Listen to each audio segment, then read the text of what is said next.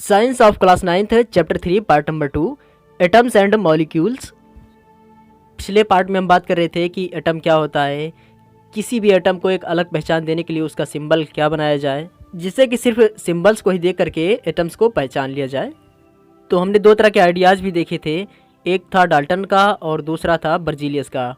तो बर्जीलियस ने बताया था कि किसी भी एटम्स का जो सिंबल्स बनाया जाए वो उसके नाम के हिसाब से बनाया जाए, मतलब कि जिस एलिमेंट का जो नाम है उसी तरह उसका सिंबल भी बनाया जाए, ताकि सिंबल को देख करके उसका नाम भी पता कर लिया जाए। लेकिन नाम के हिसाब से सिंबल बनाने के लिए एलिमेंट्स का नाम होना भी ज़रूरी है, क्योंकि अभी जो नया नया एलिमेंट डिस्कवर हुआ है उसका तो अभी कोई नाम ही नहीं है। पहले तो उसका नाम रखा जाए फिर सिंबल बनाया जाए। तो शुरुआत में जो एलिमेंट्स थोड़े बहुत डिस्कवर हुए थे उनमें से कुछ एलिमेंट्स के नाम उनके जगह के हिसाब से या फिर उनकी कंट्री के हिसाब से या उनके कलर के हिसाब से रख दिया गया।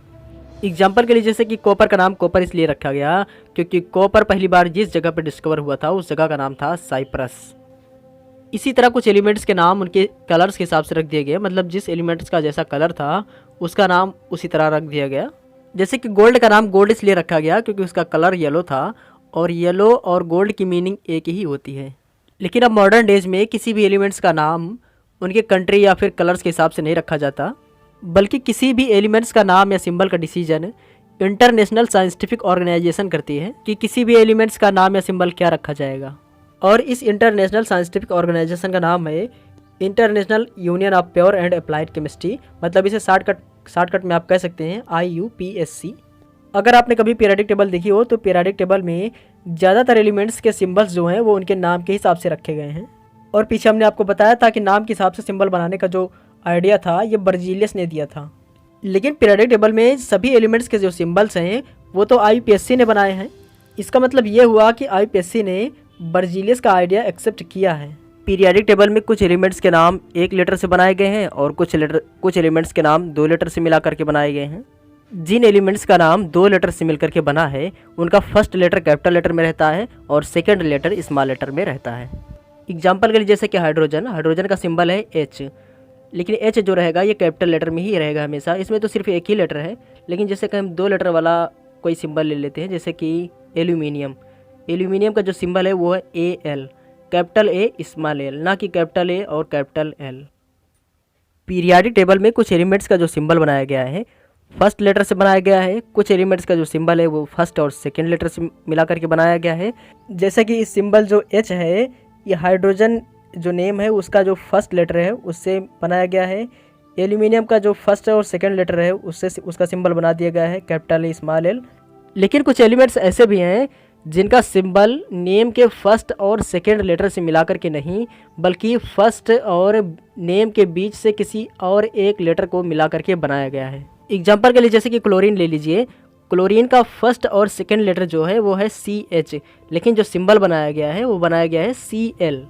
इसी तरह जिंक में भी जिंक नेम का जो फर्स्ट और सेकंड लेटर है वो है ZI, लेकिन जो सिंबल बनाया गया है वो बनाया गया है ZN।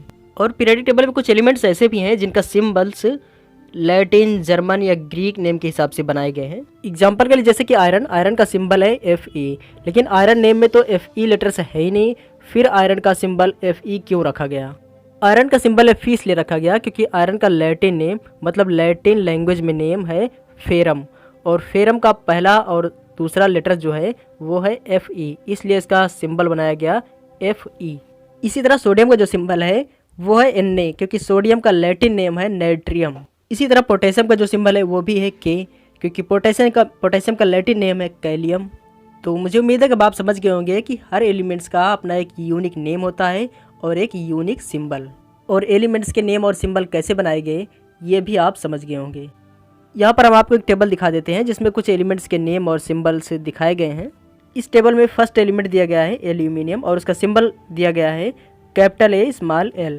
इस टेबल में आप देख सकते हैं कुछ एलिमेंट के सिंबल्स में एक लेटर है और कुछ एलिमेंट के सिंबल्स में दो लेटर्स हैं, और जिन सिंबल्स में दो लेटर्स हैं उनका फर्स्ट लेटर कैपिटल लेटर है और सेकंड लेटर स्मॉल लेटर है। और इस टेबल में आप ये भी देख सकते हैं कि कुछ एलिमेंट्स के जो सिंबल्स हैं वो उनके नाम के हिसाब से, जैसे कि एल्यूमिनियम का सिंबल है Al, आर्गन का सिंबल है Ar। लेकिन कुछ एलिमेंट्स ऐसे भी हैं जिनका सिंबल्स उनके नाम के हिसाब से नहीं है, जैसे कि लेड का सिंबल है Pb और आयरन का सिंबल है Fe। तो हमने आपको पीछे बताया था कि कुछ एलिमेंट्स ऐसे हैं जिनका सिंबल्स उनके ग्रीक या लैटिन या जर्मन नेम के हिसाब से बनाए गए हैं। जैसे कि आयरन का लैटिन नेम है फेरियम, तो फेरियम की वजह से उसका सिंबल बन गया है Fe। यहाँ पर इस टेबल में सिर्फ कुछ ही एलिमेंट्स के नेम और सिंबल्स दिए गए हैं, बाकी आप आगे देखेंगे कि और भी कई सारे एलिमेंट्स हैं और उनके सिंबल्स हैं। तो अब आप ये सोच रहे होंगे कितने सारे एलिमेंट्स के नेम और सिंबल्स आखिर कैसे याद होंगे। तो हम आपको बता दें कि आपको इन एलिमेंट्स के नेम और सिंबल्स याद करने की ज़रूरत नहीं है, क्योंकि इनका बार बार आगे यूज होगा और यूज करते करते आप नेम और सिंबल याद कर लेंगे। और अब हम बात करने वाले हैं एटॉमिक मास के बारे में कि एटॉमिक मास क्या होता है। अभी तक हम बात कर रहे थे कि एटम किसे कहते हैं, अब हम बात करेंगे एटॉमिक मास किसे कहते हैं। जैसा कि आप एटॉमिक मास वर्ड से ही समझ रहे होंगे कि एटॉमिक मास वर्ड का मतलब होता है कि एटम का मास। और एटम्स जो होते हैं वो 3 तरह के सब एटॉमिक पार्टिकल से मिलकर के बने होते हैं। सब एटॉमिक पार्टिकल्स हैं इलेक्ट्रॉन्स, प्रोटॉन्स, न्यूट्रॉन्स। सिर्फ और सिर्फ हाइड्रोजन को छोड़ करके बाकी सभी एलिमेंट्स के एटम्स में ये 3 तरह के सब एटॉमिक पार्टिकल्स पाए ही जाते हैं, इलेक्ट्रॉन्स, प्रोटॉन्स और न्यूट्रॉन्स। अगर हम किसी भी एटम का मास निकालना चाहते हैं तो हम उस एटम के सभी सब एटॉमिक पार्टिकल्स मतलब सभी इलेक्ट्रॉन्स, प्रोटॉन्स और न्यूट्रॉन्स का मास निकाल करके ऐड कर दें तो हमें उस एटम का मास पता चल जाएगा। लेकिन यहाँ पर एक सबसे बड़ी प्रॉब्लम तो ये थी कि जो सब एटॉमिक पार्टिकल्स हैं ये इतने छोटे होते हैं कि इनका मास तो निकाला ही नहीं जा सकता आसानी से।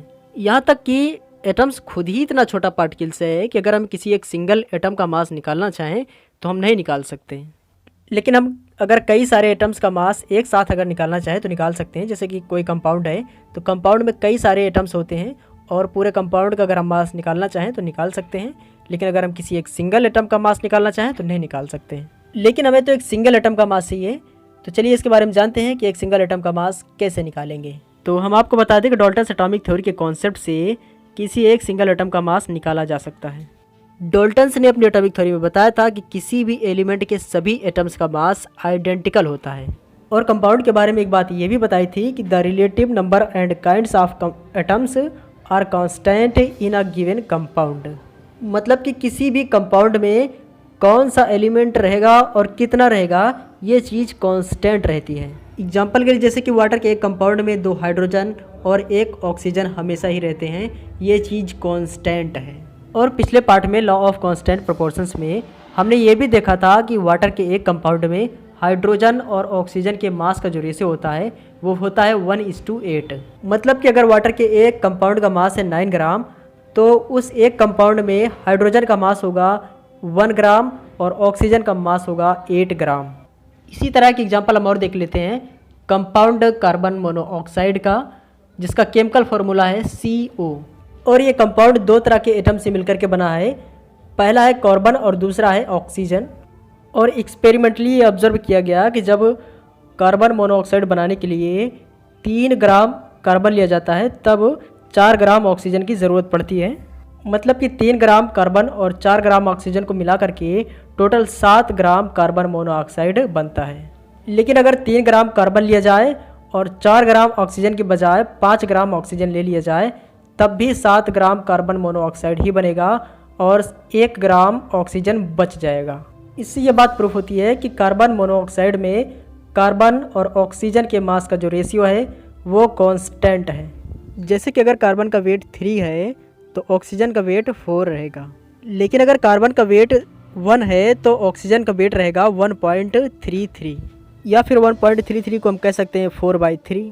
तो इसका मतलब ये हुआ कि ऑक्सीजन का जो वेट है वो कार्बन के वेट से 1.33 टाइम्स ज़्यादा है। या फिर हम ये भी कह सकते हैं कि ऑक्सीजन का वेट कार्बन के वेट से 4/3 टाइम्स ज़्यादा है। तो क्या अब हम कार्बन और ऑक्सीजन के एक एटम का मास बता सकते हैं? तो इसका जवाब है नहीं। अभी भी हम एक कार्बन या फिर एक ऑक्सीजन के एटम का मास नहीं बता सकते, क्योंकि अभी तक तुमने सिर्फ ये जाना कि अगर एक कार्बन के एटम का मास है 1 तो एक ऑक्सीजन के एटम का मास होगा 1.33। लेकिन अभी हमने आपको यूनिट नहीं बताई कि मास जो है 1 ग्राम है या 1 किलोग्राम है या 1 मिलीग्राम है।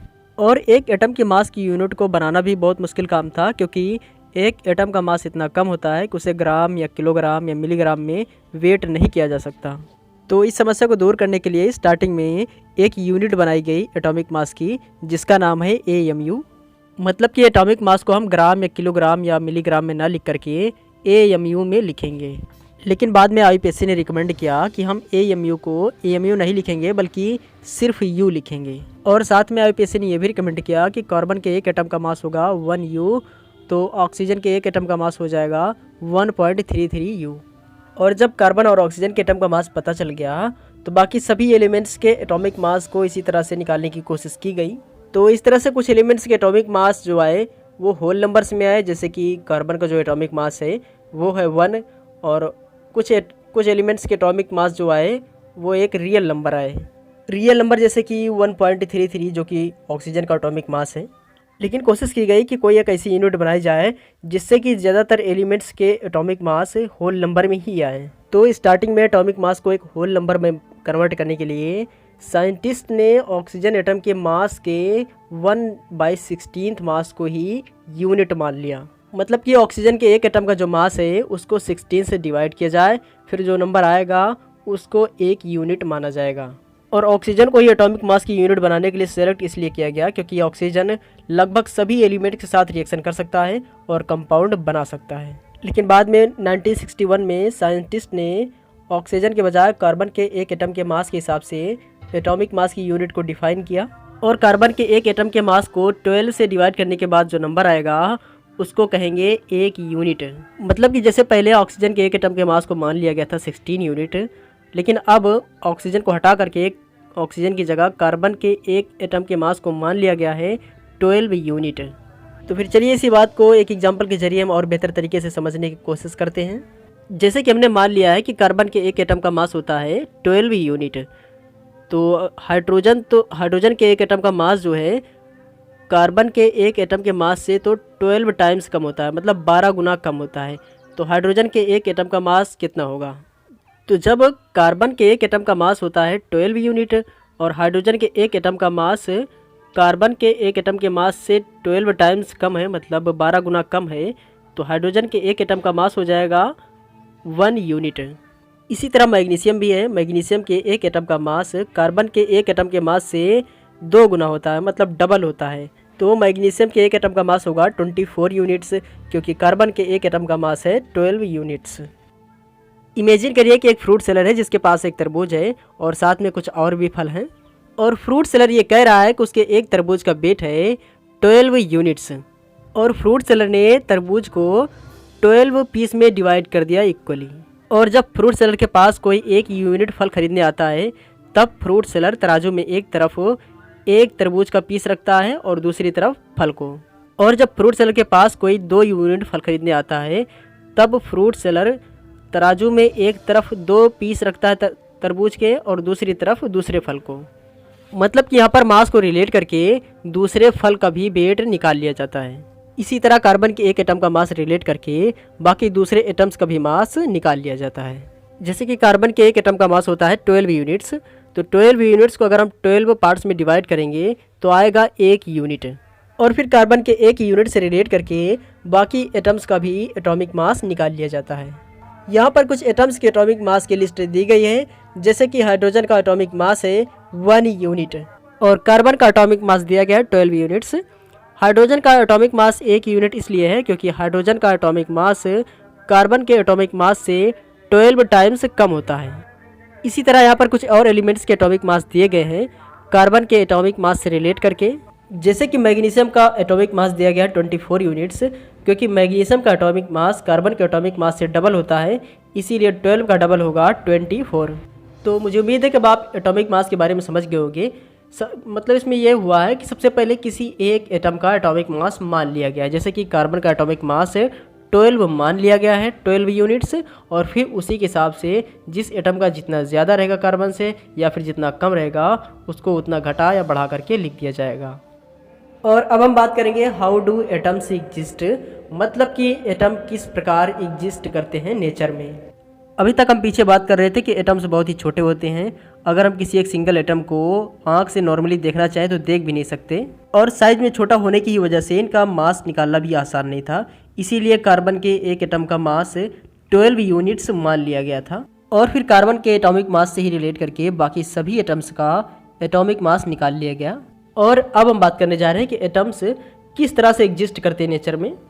तो यहाँ पर बताया गया है कि ज़्यादातर सभी एलिमेंट्स के जो एटम्स हैं वो इंडिपेंडेंटली एग्जिस्ट नहीं करते, मतलब कि सिंगल फॉर्म में एग्जिस्ट नहीं करते। एटम्स या तो मॉलिक्यूल्स के फॉर्म में रहते हैं या फिर आयंस के फॉर्म में, और फिर सभी एटम्स या फिर सभी आयंस आपस में एक दूसरे के साथ एग्रीगेट हो करके मैटर के फॉर्म में कन्वर्ट हो जाते हैं, और फिर जिसे हम टच भी कर सकते हैं या फिर देख भी सकते हैं। एग्जाम्पल के लिए जैसे कि आप हाइड्रोजन या ऑक्सीजन या नाइट्रोजन, आप कोई भी एक एटम ले लीजिए और हम आपको बता दें कि ये एटम कभी भी सिंगल फॉर्म में एग्जिस्ट नहीं करते, मतलब अकेले नहीं पाए जाते, और ये एटम किसी दूसरे एटम के साथ कंबाइन होकर के मॉलिक्यूल में कन्वर्ट हो जाते हैं। जैसे कि एक सिंगल एच, मतलब कि हाइड्रोजन का एक एटम हाइड्रोजन के किसी दूसरे एटम के साथ कंबाइन हो करके हाइड्रोजन गैस में कन्वर्ट हो जाता है, मतलब H2 में कन्वर्ट हो जाता है। इसी तरह सिंगल O, मतलब ऑक्सीजन का एक सिंगल एटम किसी ऑक्सीजन के दूसरे एटम के साथ कंबाइन हो करके ऑक्सीजन गैस मतलब O2 में कन्वर्ट हो जाता है, और O2 एक मॉलिक्यूल है। और इसी तरह जब हाइड्रोजन के दो एटम और ऑक्सीजन का एक एटम आपस में केमिकली कंबाइंड होते हैं तो वाटर का एक मॉलिक्यूल बनता है, और जब वाटर के ढेर सारे मॉलिक्यूल्स आपस में इकट्ठा हो जाते हैं तब हम वाटर को देख भी सकते हैं, टच भी कर सकते हैं, और इसे ही कहते हैं मैटर। और अब हमसे यहाँ पर कुछ क्वेश्चंस पूछे गए हैं। पहला क्वेश्चन है define the atomic mass unit, मतलब कि एटॉमिक मास यूनिट को डिफाइन करिए। पीछे हमने आपको बताया था कि कार्बन के एक एटम का जो मास है उसको 12 से डिवाइड करने के बाद जो नंबर आता है उसे कहेंगे 1 atomic mass unit. Means 1 atomic mass unit is a mass unit equal to exactly 1/12 the mass of 1 atom of carbon. और अब नेक्स्ट क्वेश्चन है कि why is it not possible to see an atom with naked eyes. हम किसी atom को normally आंखों से क्यों नहीं देख पाते? तो इसका आंसर ये कि हमने आपको पीछे बताया था कि एटम जो है साइज़ में बहुत ही स्मॉल होते हैं, इसलिए हम इन्हें नॉर्मली आंखों से देख नहीं पाते। और दूसरी बात यह है कि एटम इंडिपेंडेंटली एग्जिस्ट नहीं करते, मतलब ये सिंगल फॉर्म में एग्जिस्ट नहीं करते, इसलिए हमें दिखाई नहीं पड़ते। एटम्स हमेशा मॉलिक्यूल या आयन के फॉर्म में एग्जिस्ट करते हैं, जैसे कि सिंगल हाइड्रोजन का एटम एग्जिस्ट नहीं करता, बल्कि दो हाइड्रोजन के एटम आपस में कंबाइन करके हाइड्रोजन गैस का एटम मॉलिक्यूल बना लेते हैं। और अब हम बात करेंगे मॉलिक्यूल के बारे में। What is a molecule? Molecule क्या होता है? अभी पीछे हमने आपको बताया था कि सभी एटम्स जो होते हैं इंडिविजुअली एग्जिस्ट नहीं करते, बल्कि सभी एटम्स एक दूसरे से कंबाइन होकर के मॉलिक्यूल्स या फिर आयंस में कन्वर्ट हो जाते हैं। इसका मतलब ये हुआ कि मॉलिक्यूल जो होता है ये 2 या 2 से अधिक एटम्स का ग्रुप होता है जो कि एक दूसरे से केमिकल बॉन्ड से बंधे हुए होते हैं। एग्जाम्पल के लिए जैसे कि H2 हाइड्रोजन गैस, इसमें 2 हाइड्रोजन के एटम्स आपस में एक दूसरे से केमिकली बॉन्डेड होते हैं। इसी तरह वाटर का पार्टिकल है, इसमें 2 हाइड्रोजन के एटम्स और एक ऑक्सीजन के एटम एक दूसरे से केमिकली बॉन्डेड होते हैं। और कई सारे मॉलिक्यूल्स आपस में इकट्ठा होकर के मैटर या सब्सटेंस में कन्वर्ट हो जाते हैं। जैसे कि जब ढेर सारे H2O मतलब वाटर के पार्टिकल्स आपस में इकट्ठा होते हैं तब हम उसे एक मैटर कहते हैं। मान लीजिए जैसे कि कोई आइस का एक छोटा सा टुकड़ा है जिसमें ढेर सारे H2O के पार्टिकल्स हैं, मतलब H2O के ढेर सारे छोटे छोटे मॉलिक्यूल्स आपस में मिल करके आइस का एक टुकड़ा बना लिए हैं। तो यहाँ पर आइस क्या है? आइस एक मैटर है, और आइस जिन छोटे छोटे H2O के पार्टिकल से मिलकर के बना हुआ है वो छोटे छोटे पार्टिकल्स मॉलिक्यूल्स हैं। तो यहाँ पर आइस जिन छोटे छोटे मॉलिक्यूल से मिलकर के बना हुआ है उन छोटे छोटे मॉलिक्यूल्स की प्रॉपर्टी और पूरे आइस की प्रॉपर्टी में कोई डिफरेंस नहीं होता। हम पूरे आइस को H2O ही कहेंगे और एक मॉलिक्यूल को भी हम H2O ही कहेंगे, और जो प्रॉपर्टीज H2O के एक मॉलिक्यूल में होगी वही सारी सेम प्रॉपर्टीज पूरे आइस के पार्टिकल में भी होगी। अब हम फाइनली ये कह सकते हैं कि मॉलिक्यूल वो सबसे छोटा पार्टिकल है जिसमें किसी मैटर या सब्सटेंस के सभी प्रॉपर्टीज़ मौजूद रहती हैं। अब हम बात करेंगे मॉलिक्यूल्स ऑफ एलिमेंट्स के बारे में। अभी तक हम बात कर रहे थे कि मॉलिक्यूल कहते किसे हैं, लेकिन अब हम बात करेंगे कि मॉलिक्यूल कितनी तरह के होते हैं। तो हम आपको बता दें कि मॉलिक्यूल्स 2 तरह के होते हैं। पहले वो हैं जो सेम टाइप के एलिमेंट्स से मिलकर के बने होते हैं, उन्हें कहते हैं मॉलिक्यूल्स ऑफ एलिमेंट्स। एग्जाम्पल के लिए जैसे कि ऑक्सीजन गैस जिसका फार्मूला है O2, इसमें 2 ऑक्सीजन के एटम होते हैं। इसी तरह ओजोन का फार्मूला है O3, इसमें 3 ऑक्सीजन के एटम्स होते हैं। और इसी तरह नाइट्रोजन गैस भी, उसमें 2 नाइट्रोजन के एटम्स होते हैं। लेकिन कुछ मॉलिक्यूल्स ऐसे भी हैं जो कि सिर्फ सिंगल एटम से बने होते हैं, जैसे कि हीलियम गैस है जिसका फार्मूला है He। इसी तरह ऑर्गन गैस भी है जिसका फार्मूला है Ar। कोई भी मॉलिक्यूल्स जितने भी एटम से मिलकर के बना होता है उसे उसकी एटॉमिसिटी कहते हैं। जैसे कि ऑक्सीजन गैस मतलब O2 ऑक्सीजन के 2 एटम से मिलकर के बनी हुई है, तो इसे कहेंगे कि इसकी एटॉमिसिटी है डाई एटॉमिक। और जो मॉलिक्यूल्स सिंगल एटम से मिलकर के बने हुए हैं उनकी एटॉमिसिटी होगी मोनो एटॉमिक। जैसे कि helium gas, neon gas, organ gas, ये सभी सिंगल एटम से मिलकर के बने हुए होते हैं तो इनकी एटॉमिसिटी होगी मोनो एटॉमिक। लेकिन कार्बन एक ऐसा एटम है जो कि ढेर सारे एटम के साथ केमिकली बॉन्डेड हो करके इनडिफिनिट चेन बना सकता है, मतलब इसकी चेन कभी समाप्त ना होने वाली हो सकती है, तो इसकी एटॉमिसिटी भी नहीं निकाली जा सकती। यहाँ पर एक टेबल दी गई जिसमें कुछ एलिमेंट्स की एटॉमिसिटी दी गई है। पहला एलिमेंट दिया गया है आर्गन, जिसकी एटॉमिसिटी दी गई है mono atomic. Argon gas monatomic इसलिए है क्योंकि आर्गन सिर्फ और सिर्फ एक ही एटम से मिलकर के बना हुआ होता है। इसी तरह हीलियम गैस भी है, हीलियम सिर्फ और सिर्फ एक ही हीलियम के एटम से मिलकर के बना हुआ होता है, इसलिए ये भी मोनोटॉमिक है। और इसी तरह हाइड्रोजन गैस डाईएटॉमिक है क्योंकि ये हाइड्रोजन के 2 एटम से मिलकर के बना हुआ होता है और हाइड्रोजन गैस का केमिकल फार्मूला होता है H2। इसी तरह फास्फोरस गैस भी है, फास्फोरस गैस फास्फोरस के 4 एटम से मिलकर के बना हुआ होता है, इसीलिए इसकी एटॉमिसिटी होती है टेट्रा एटॉमिक और इसका केमिकल फार्मूला होता है P4। इसी तरह सल्फ़र गैस भी है, सल्फ़र गैस जो है सल्फ़र के 8 एटम से मिलकर के बना हुआ होता है, इसीलिए इसकी एटॉमिसिटी होती है पॉली एटॉमिक और इसका केमिकल फार्मूला होता है S8। अब हम बात करेंगे मॉलिक्यूल्स के सेकेंड टाइप के बारे में, मॉलिक्यूल्स ऑफ कंपाउंड्स। अभी तक हम बात कर रहे थे मॉलिक्यूल्स ऑफ एलिमेंट्स के बारे में। ऐसे मॉलिक्यूल्स जिनके सभी एटम्स डिफरेंट एलिमेंट्स के होते हैं उन्हें कहते हैं मॉलिक्यूल्स ऑफ कंपाउंड्स। जैसे कि H2O, इसमें 2 तरह के एलिमेंट्स हैं, एक है हाइड्रोजन और दूसरा है ऑक्सीजन।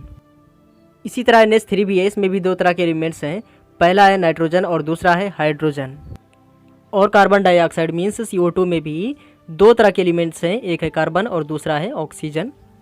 और यहाँ पर एक खास बात यह भी है कि मॉलिक्यूल्स में एलिमेंट्स के मास का रेशियो भी डिफिनिट होता है।